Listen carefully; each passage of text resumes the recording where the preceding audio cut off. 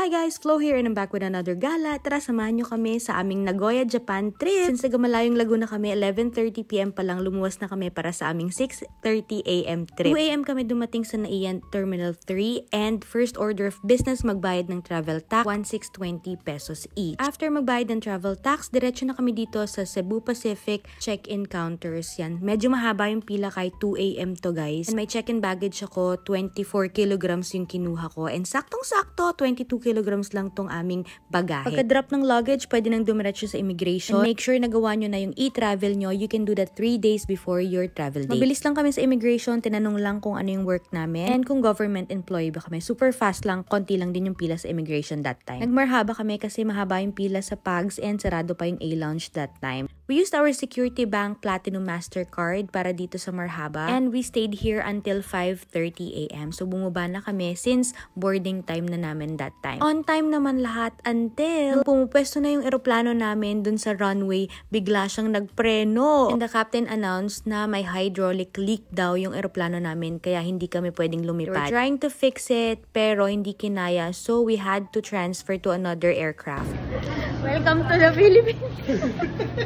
Welcome back, baby! Ang init! Buti hindi pa naka-hit-tech.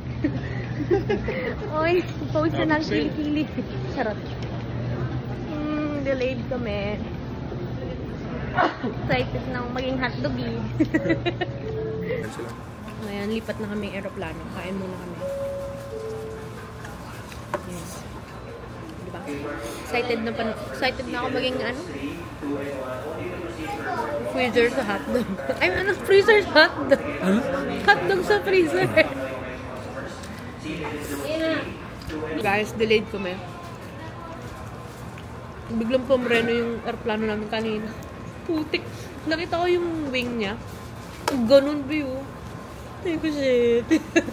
Ano yun? Ang maganda nun, lumabas yung hydraulic failure niya habang nasa baba pa tayo. Ayan, kain muna kami. Kasi, mga 4 hours yung biyahe, so gutom na kami. Let's start darating. Boarding na ulit kami. So, buti na lang may plane na ulit. 9:30. Nag-board na. See you later. See you later sa Nagoya. Bye! And ayan, thankfully, merong available na aircraft na nalipatan namin. So, around 9:30 AM, nag-board na ulit kami. Pero medyo matagal pa guys, kasi naglipat pa ng mga bagahe. Mga 11:30 AM na kami nakalipad talaga. And hindi naman kami pinabayaan ni Cebu Pacific. They gave us biscuits and water. And nung nasa arena, nagbigay rin sila ng mga noodles and water. Plus, they will give us 1 complimentary one-way ticket daw. Thankfully, nakaland kami ng maayos sa Nagoya, Japan. And more Japan stories sa mga susunod na araw. Napahaba na tong vlog ko na to. Thank you for watching. Keep following me for vlogs and just go with the flow. Bye!